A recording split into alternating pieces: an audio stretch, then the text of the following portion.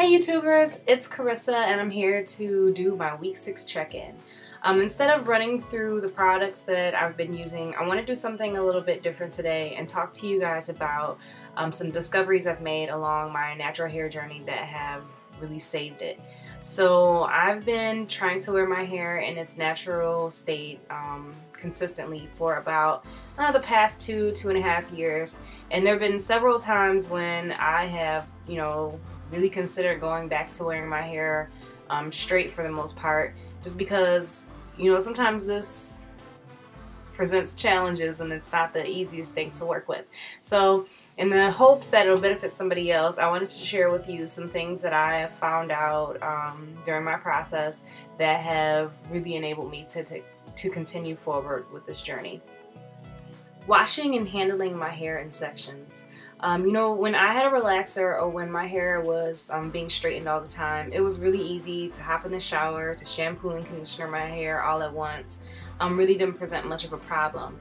But now that my hair is very curly and has a tendency to tangle on itself, it's just not a good option.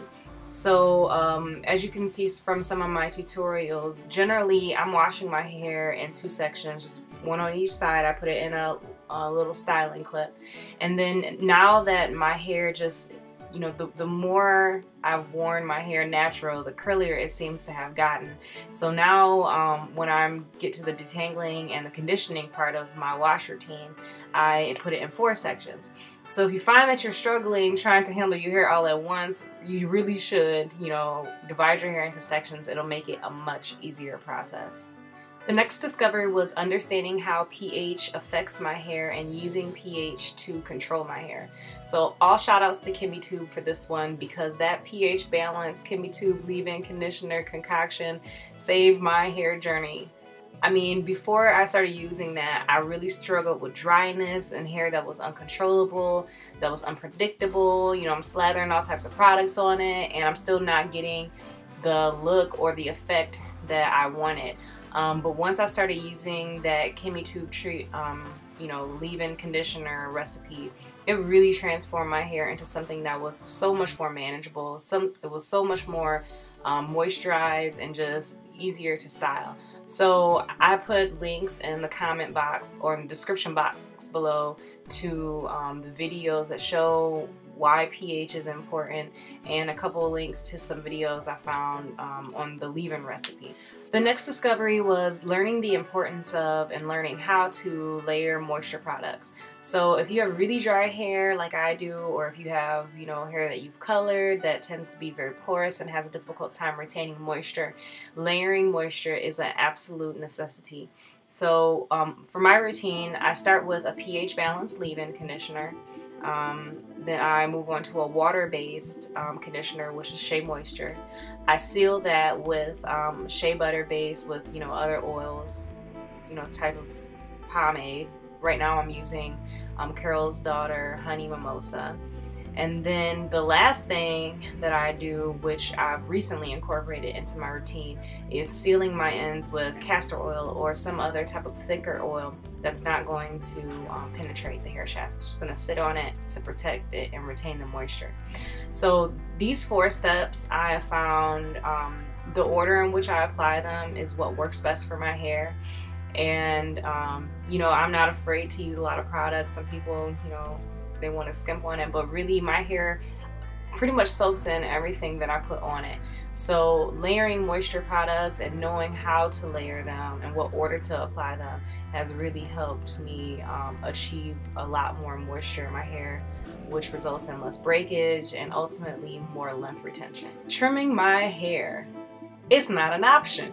So when I decided to go hardcore on this natural hair journey, I didn't go to the hairdresser for about 9 months, and I was just at home, figuring it out myself. But I didn't trim my hair. I didn't know how to trim it, and it ended up looking like a hot mess. I mean, during that period, it was the spring and summer, so I was wearing, twist outs and braid outs and other out styles, which, I'll talk about that later in this video. But really, it resulted in my hair being, very tangled and the ends having a lot of split ends and just kind of an unevenness and roughness. And you know, I found that I need to get a consistent trim in order for my hair to be styled properly and for me to retain length. So my goal is to go and get my hair professionally trimmed every 3 to 4 months. So the last time I did this, which was too long ago, I blew out my hair at home by myself. I went to my hairdresser, she blowed it out a little bit more, trimmed it. It's $15, 30 minutes, and then I came back home and styled and curled my hair myself, because I'm really very concerned about heat damage, so I want to be sure that I'm controlling the heat that's on my hair. But I found that a couple weeks later when I washed my hair, that the curls, especially at the end, were they looked so much better. And even though she cut off almost an inch in some areas, you can't even really notice. I couldn't even really notice when it was curly, but it looked a million times better. So for me, trimming is not an option, but I'm not comfortable trimming my hair myself. Also because I do like to wear my hair straight every now and then, and I have a styled cut, so I don't want to mess it up by trying to trim at home. So if you are finding that the ends of your hair are feeling rough, or they're just not curling properly, it's probably time for you to get a trim.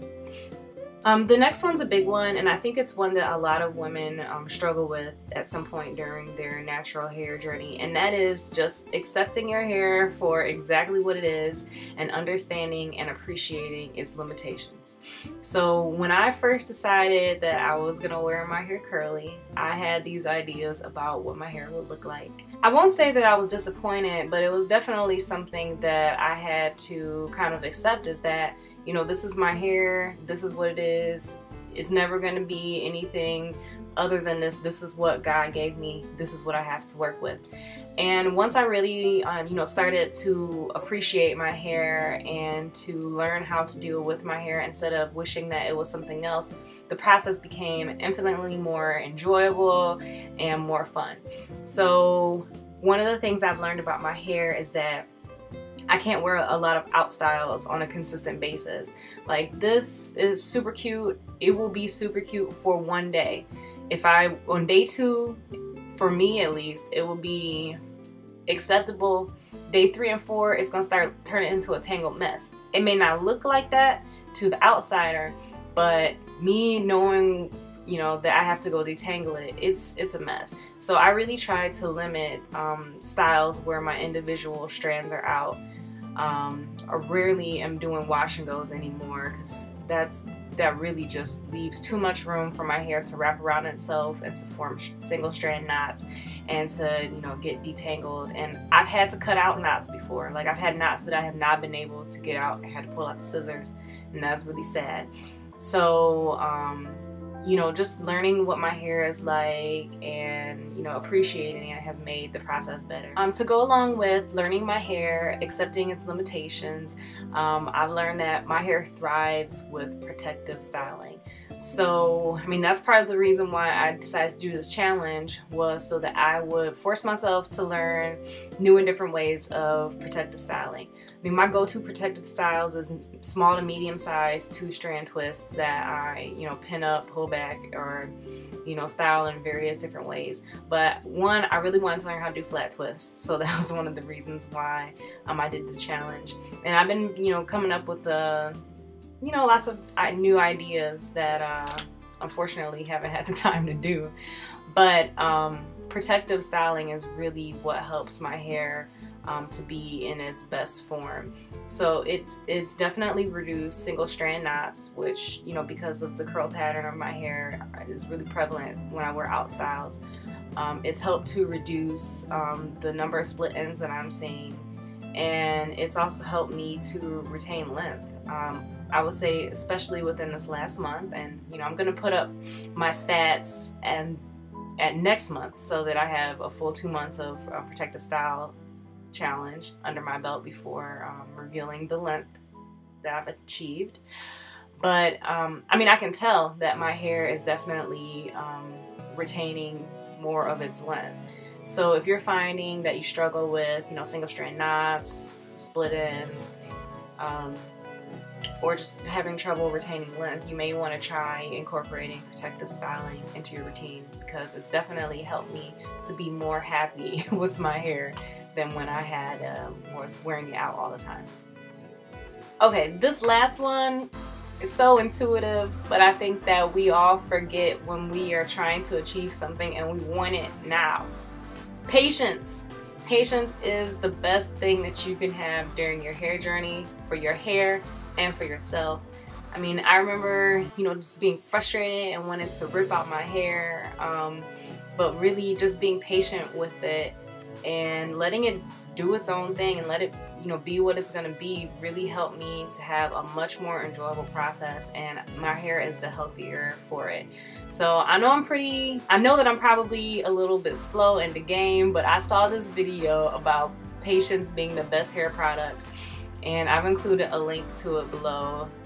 Now, on top of being absolutely true, it's really hilarious, so I suggest that you all take a couple minutes to watch it. So those are my 7 discoveries that have really helped me continue on my natural hair journey. So if you guys have learned some things that have dramatically changed yours for the better, I'd love to hear about them. Please leave your comments in the comment section below. Don't forget to like this video and/or subscribe to my channel. And until next time, see you guys later.